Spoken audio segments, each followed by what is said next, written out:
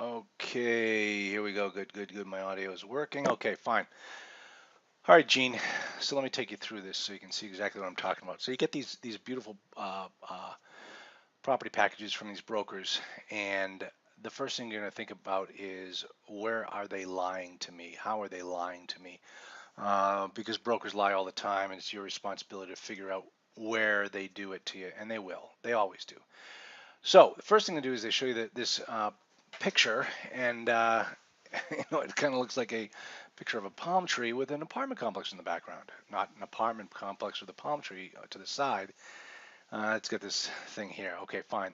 The thing about this is I look at it and it's okay, two-story, but the thing that jumps out to me first is the fact that it's a flat roof.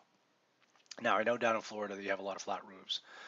So that's something you want to be concerned about when you look at it. And the other thing too is that you do not see any in-wall air conditioning units, which is a good thing, a very good thing.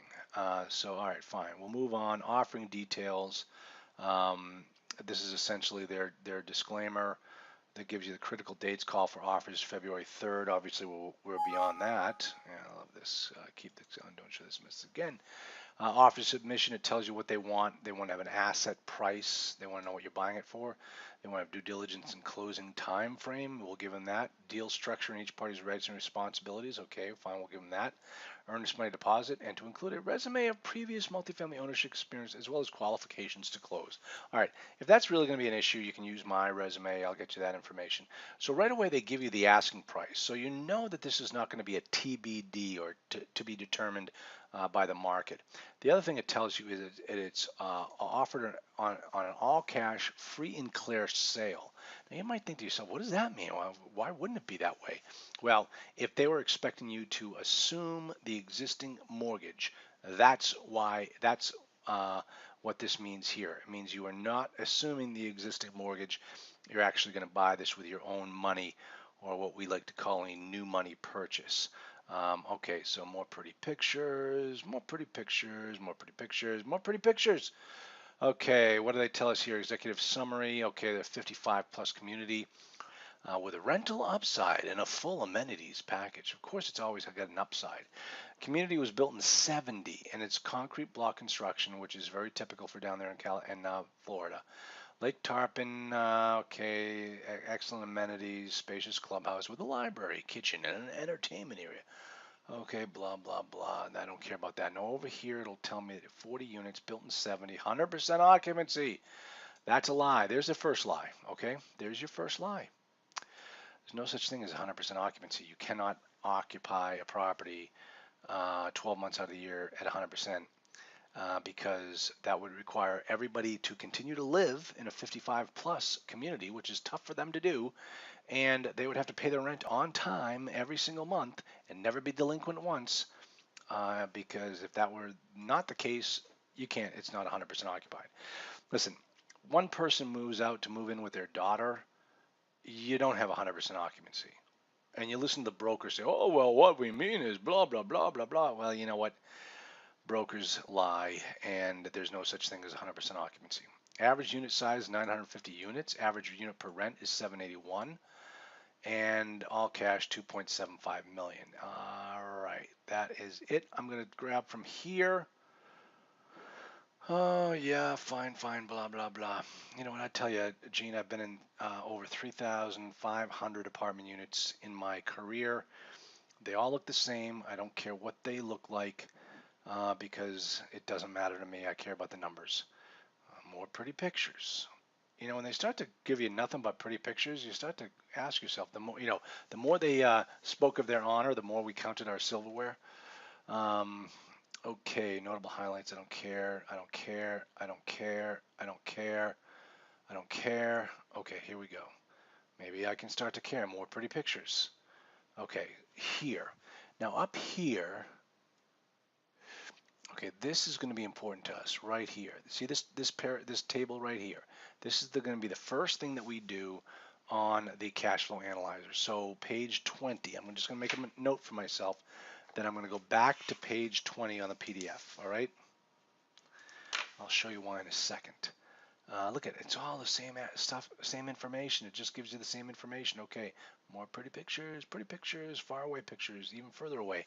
You know, God, what is it? How many pages? 41 pages of useless information. Here, okay, 4 units have washer dryer connections, which means that 36 units have no form of washer dryer hookup, which means that there must be a laundry room. And if there is a laundry room, that means we have income from the laundry income. So we'll wait to see if we see that in the income and expense statement. Roof is flat, built up. Not good. Electric with heat pump. 9 recently replaced AC units. Multiple metal AC stands have been replaced on the roof.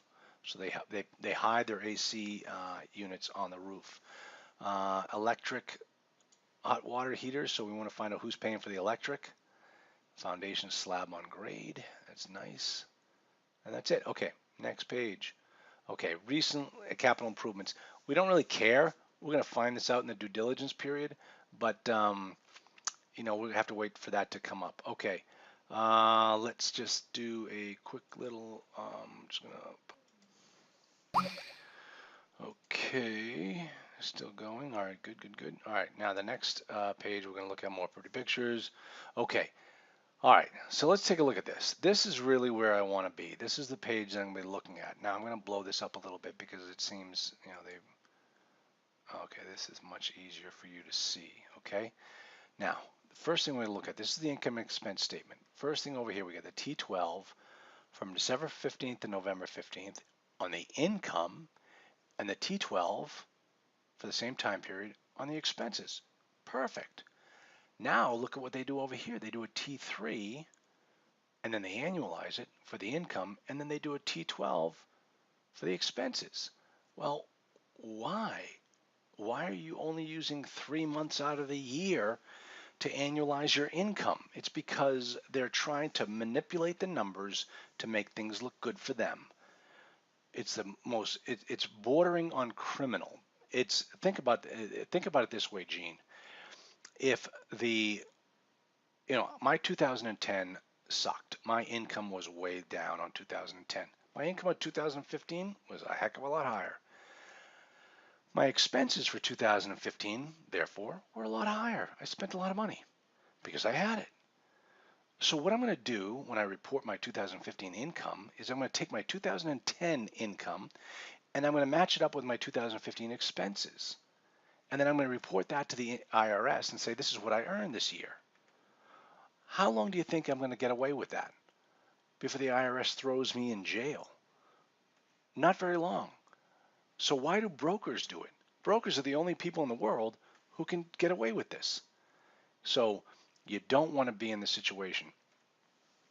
You use the trailing 12 for the income and matched up with the same time period for the expenses. Period. End of story. And if the broker tries to tell you, well, you know what you really should do is you do this, but it's like, you know what? No, we're going to use your actual numbers. Now, having said that, what we're going to do, let's take, for instance, the real estate taxes. Look at, they got 40,000, 2001 for last year, and they're using in their pro forma 40,793. Well, I'm going to use that. And look at their homeowners association dues next year went down. Why? Look how much the interest went up. I mean, the insurance went up, 16,000 versus 10,000. Management fee went down. Why? Utilities didn't change that much. Let me see, what else did they do? Everything else seems pretty darn close, except look at the repairs and maintenance, 36,000 versus 24,000. Oh, really? Why do you think it's going to be less expensive when I take it over to repair and maintain the building than it is than what they did? Oh, well, blah, blah, blah. And you listen to the brokers lie, and they just lie all the time. Okay, let me see. This is their, so this is what they've got. Okay, and I don't care about any of this. So, no, none of this is right. All right, I'm going to show you something in a second. Okay, first off, let me show you right now. Look at this price summary. Look what they did. They took and they said, well, under the current trailing 3 cap rate is 5.95%, but under the pro forma, it's 6.71%. Well, you know what? Those are both made up numbers. Why don't you tell me what it is that you're actually asking for in this property? Remember, 2.75 and the current NOI is 1.63. Now, Gene, remember, this is nothing more than a formula. If I take the 163,594 and I divide it by 2750123, I come out with a cap rate of 5.9, which is what they're showing right here. All right. No, actually, you know what? That's the current. Let's see. Wait a minute. Trailing three, current NOI is 168. And what are they showing here? Current, yeah, 163. All right. No, I'll go with the 163. Okay, good. All right, we're ready to rock and roll. We got the information. Let's go back to that page 20 because we need to find page 20. And I'll show you how to start using the cash flow analyzer. Okay. 2.75 is a purchase price. Here we go. All right. First thing you're going to do is click on the input data section. All right, we're going to click in the down. We're going to choose multifamily. That really comes into play and when you're building your offering memorandum. The contract purchase price, they want 275. Now we're going to use their numbers here because we want to see how this thing works out. I'm not going to put in any initial improvements or closing costs at this juncture. If I go through the offering package and I go through the negotiations, I get the deal under contract, then I'm going to go back and start to really hammer it out and figure out what kind of a deal I've got. Now remember, we said the interest rate, the cap rate was 5.9, right? So we put 5.9 right there in that number. Then we jump down to the financing. Okay, now this property, they're asking 2.5 million. You know, if we did this on a straight up Fannie Mae loan, we could get it for 20%, and the interest rate would probably be about 4.75% on a 30-year amortization. Now, is that really what we're going to do? When we put a 20% down payment in there, our debt coverage ratio is going to go down. Is that because we're buying more debt? So is that really what we want to do, or do we want to buy this property on a very conservative basis and use a 25% down number? Let's go with 25% down. Fannie Mae will give us 20 if this thing can be approved for Fannie Mae. But let's be conservative in our initial estimate to figure out if this is what we want to do. All right. Then we go and we click on the rent roll. Now here is where things get interesting. Let's jump back over here to this page 20. 1 bedroom, 1 bath, 14 units, 800 square feet. 1 bed, 1 bath. How many units do we say? This always happens. I always forget. 14,800. 14,800. 14 units. 800 square feet. Holy cow, that's a big 1 bedroom. That's a is that right? 1 bedroom, 1 bath, 800 square, that's huge. Okay, market rent is $750, okay? I didn't say the current rent, I said the market rent for 1 beds and 1 bath in that area. So 2 bed, 1 bath is, what do we have there? 2 bed, 1.5 bath, 18, 1,000. Man, these things are big. 18, 1,000, and this is 1.5. So let me go back and fix that. 1.5, and the rent on that, $775. Geez, these numbers seem really weird. $775, whereas a 1 bedroom costs $750. This is strange. Okay, then what else do we have? 2 bed, 2 bath, 8, 1,100, 85. 8, 1,100. 8, 1,100. What do we say? 850. Let's go back just a minute. Yeah, 850. So what they're telling us here, and this is what you need to understand, is what they're telling us here is that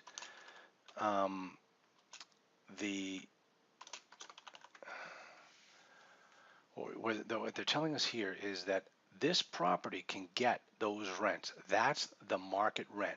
So when we put these numbers in here, the market rent, the top potential, gross potential number for that property is going to be $375,000 a year. And at 5% interest rate, it collects 356. Now, did it do that? Well, I don't know. Let's go take a look. Let's go back down to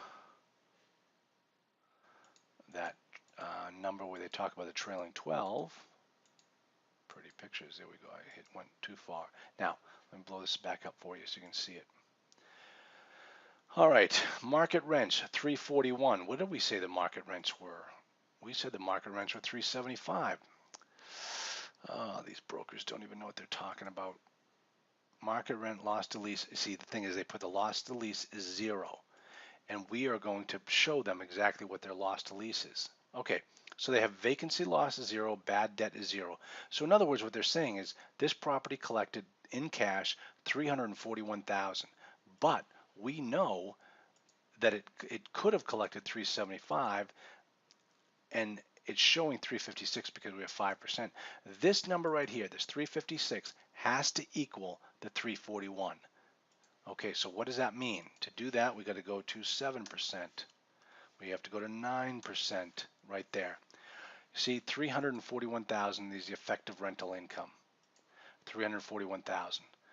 And in order to get that, to get to 341,000 off of a maximum gross potential of 375, this property is running at a 9% vacancy. Remember how they told you it was 100%? I'm telling you right now, looking at the numbers, it is 9%. This property is not 100% occupied, it's 91% occupied. Now the problem with this cash flow analyzer is that this number, this vacancy rate, takes into consideration the vacancy loss, the bad debt, and the loss to lease. It lumps all three of these 0 numbers that you see here, puts them all together and lumps them all together and says this is what the property is really running at from a cash flow standpoint. Okay, now we've got to put in some other numbers here. It's got 10,000. Look at, we've got this other income of 6963. All right, 6963 plus 4993 equals almost 12,000. So it's like almost, it's 11,900. So what I'm now going to do is I'm going to say down here under other income, $1,000 a month. Okay, oops. Let me fix that. Should be 1,000. Now I won't worry about parking. Look at the number of inputs. This is the screen I wanted to show you. Up to 10. See, if you had up to 100, boom, 100. Up to 10, boom, there's your 10. See, this is on the type of unit, the lease description, not the number of units. Okay, so you don't need 40. There's your 40 number right there. Now, having said that, let me find, why is this thing not interesting? It's not fixing it. Should be fixed. But the issue here is that, okay, we've got this thing called utility reimbursement. So they're getting reimbursement for some utilities to the tune of $5,000, but you know, that's $125 per unit. Hold on a second. Let's read the footnote on that one. Utility reimbursement of $40 per month are currently in place on 13 units. The pro forma assumes these units will include maintain such utility reimbursements, while new leases will not break out such reimbursement charge and will include water, sewer, and trash. Yeah, that's important to know, especially when you're going to do your due diligence and you've got to be breaking out these costs. That is, I don't like the way they do that. You know, for instance, look over here. It says utility reimbursement. Where are you? Let me see. It was actually back over here. Utility reimbursement right here of $125 per unit. Well, that's not really true. That's because you only are doing it on 13 units. So it's really $40 per unit. So that's, you know, I don't like it when these guys try to do this. Hey, we're going to sell a property next year. Let's start getting a utility reimbursement on everybody. Well, we got 17 people out of 40 let's sell it to the next guy using those numbers and tell him that he can get all this extra money, which isn't usually the case. I mean, you got to go out there and collect it. So that's part of the problem here with these utility reimbursements, and you read the footnotes and you see it's not really that way. Okay, so what we're going to do here is we're going to start banging out these numbers. Repair and maintenance, 36916. I'm going to click over here to expenses. Repair and maintenance, 36916. All right. Well, let me tell you something. That's $922 per unit. That far exceeds my rule of thumb for repair and maintenance. What's the next number? Leasing and commissions. Holy cow. Wow. That is a huge number. And that number is a problem for me. And commissions is $14,000. That's huge because you're paying a salesperson that kind of money. Why don't you just hire somebody to work on the property and show the units and don't give them a commission?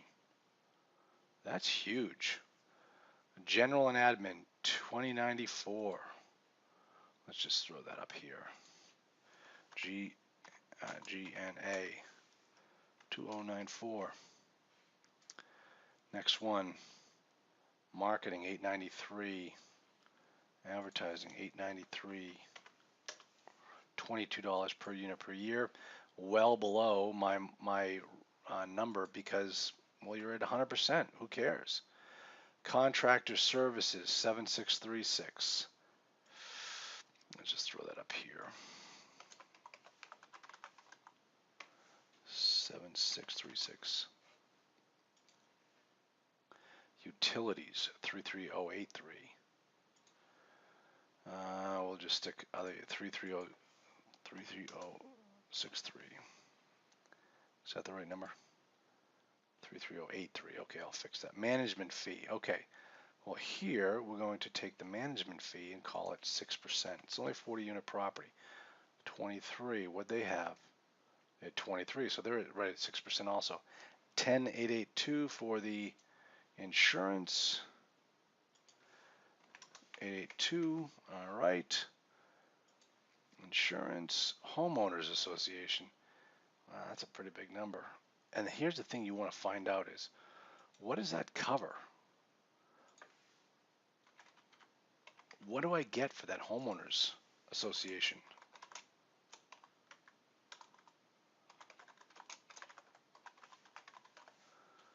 Association.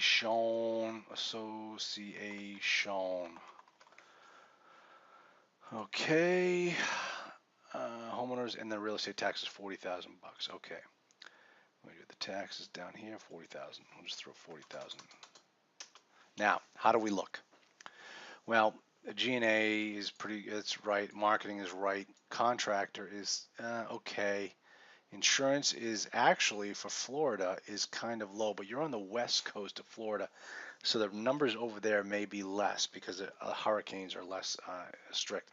Repairs and maintenance is outrageous, 922. That's crazy. That should be between 400 and 700.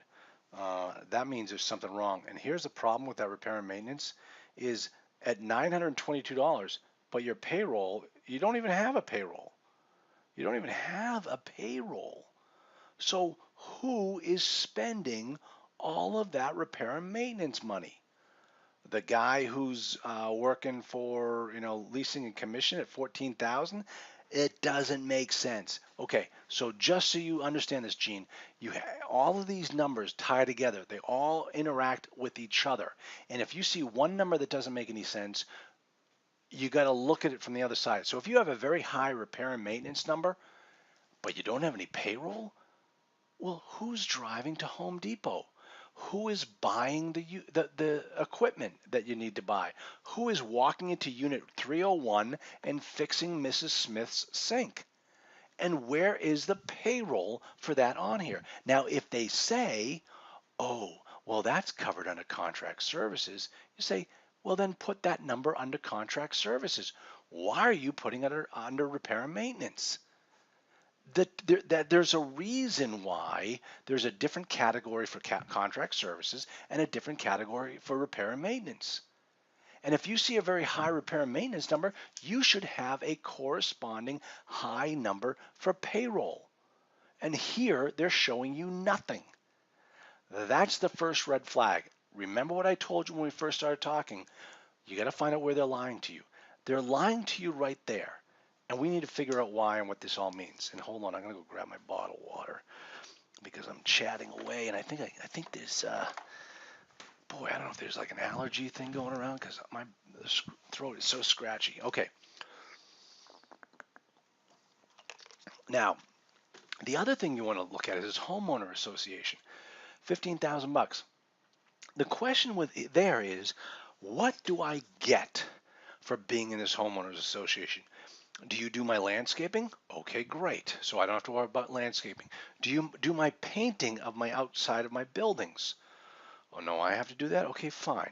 So you need to go and ask yourself, what do I get for that homeowners association? Does it cover another aspect of the insurance on my property? So in other words, do I need to worry about the exterior insurance claims on my property, or do I only have to worry about interior claims? So therefore, that's why my insurance number is so much lower. So you've really got to figure out what is covered by that homeowners association. These are the types of questions you're going to be asking the broker before you go to town on it. Okay, now let me just check one thing. I said the taxes were 40,000, and look at that. Isn't it amazing how taxes go up very, very slowly on the pro forma? And let me see. Insurance, actually, they went up to 16,000 on the pro forma.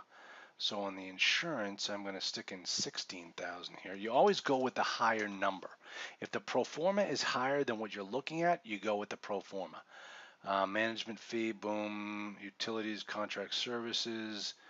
Oh, that's fine. Repair and maintenance. I love how the repairs and maintenance goes down when you own the property, but whenever anyone else owns it, or someone else in the pro forma, it's only going to cost you 24,000 because you're wonderful as an owner. You've got so much experience, Gene. You can keep those repairs and maintenance under control more than this experienced owner can do. Really, guys? Seriously? Okay. So I got the numbers all in where I want them. It shows an expense ratio of 53%. Now, I told you the issues I'm having with some of these numbers, but 53% when the tenants pay their own utilities on a property like that, like this, is probably right in line.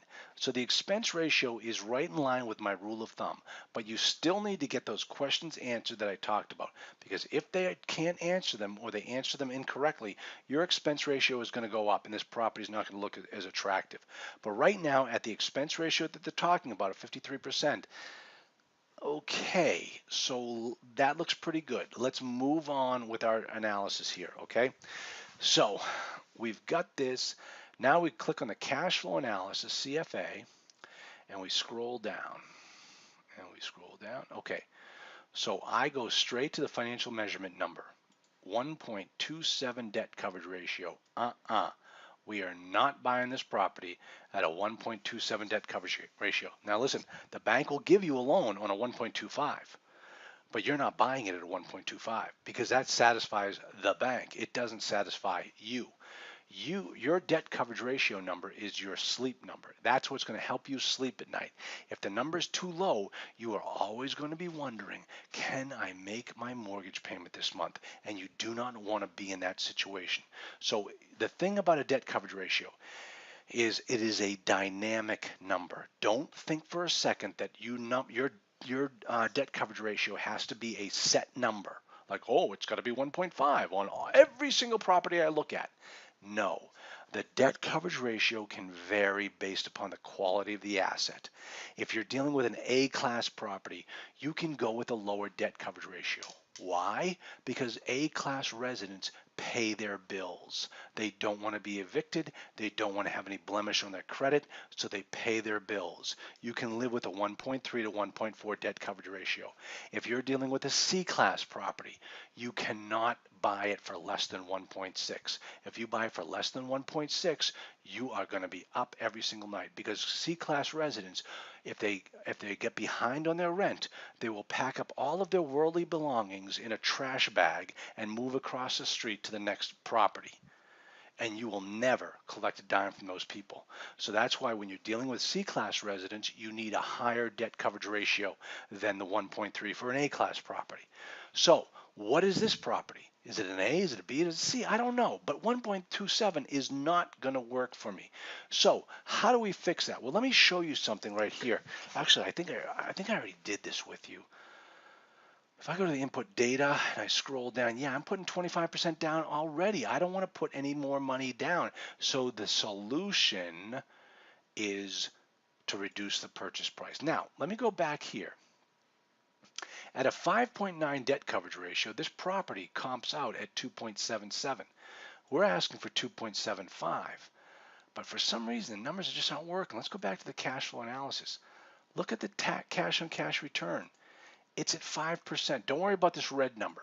This red number means that if you sold the property at the end of the first year, what would your cash on cash return be? Well, when you figure in a 6% selling commission and all those other expenses, you're going to lose money if you have to sell this thing at the end of the first year, but that's not your strategy. So don't worry about that red there. That's what that throws a lot of people off. But what we really want to look at here is the cash on cash return before taxes. 5%. That does nothing for me. I don't care about that. Do I really want to buy this property if it's only going to give me a 5% cash on cash return? No. No, but what if we said it was a 10 or a 12? Well, what we do is we come back up here and we click on the goal seek. And I say, I want to solve for the offer the purchase price, cash on cash before tax, such that it's going to give me a 12% return at the end of the first year. What do I have to solve for? 2.127. Now we said 2.75. What if we said 225 at 2.25 million? We are buying this thing. This property is looking pretty darn good now, right? So look at the cash flow analysis. At 2.25 million, it's 1.55 debt coverage ratio and a 10% cash on cash return. Okay, I'm excited about that. That's a good offer.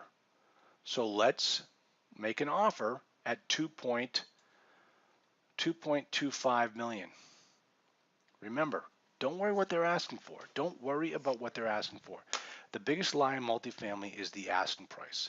What you have to do is go back and you have to talk to the broker and say, hey, listen, I'm having trouble getting to the numbers that I need to at your 2.75 million. It's just not working for me. If I go back and I put in the expenses that we talk about, and I got to tell you, I still have some issues with two of your expenses. I'm looking at an expense ratio of in the mid 50s. And I know that marketplace, and I really want to get something going in there, but I'm ready to make an offer at 2.25. What do you think the seller is going to do? Reject it? Well, I tell you what, I'm going to make the offer anyway. Have him reject it, have him counter it. I really want to figure out what the right price is. The right price for me is not 2.75. So have your seller counter me because I want to find out where I need to be. Talk that way to the broker and figure out what's going on. So that's how you use the cash flow analysis. The toughest part for most people is this part right here, where you come up with the vacancy rate, and you put right in here all the market rents, and then you figure out what the effective rental income is. And remember, the effective rental income you can typically find on the income and expense statement, but the effective rental income is not the total income. You don't want to include things like the utility reimbursement or the laundry income, all of those types of expenses. You don't get, all we're talking about here is rental income. That's it. All right. So once you figure out the rental income the effective rental income and the gross potential rental income, you'll know the difference between those two is what the true vacancy rate is of this property. So remember, I told you brokers lie, and I told you they said 9%, 100% occupancy, and I said there's no possible way. According to their own numbers, this property is running at 91%. So they're lying to you on page 1. Okay, so just understand how those numbers get calculated, and that's what we do. All right, Gene. So here's what I want you to do. We're going to make an offer on this property. You're going to have a conversation with the broker on a couple of those issues, and then you're going to take the same form of analysis, how I just did it, and do it for the next property. And then you and I are going to talk about tax credits and what that means to the deal. Okay? All right, pal. Good talking with you. I'll chat later.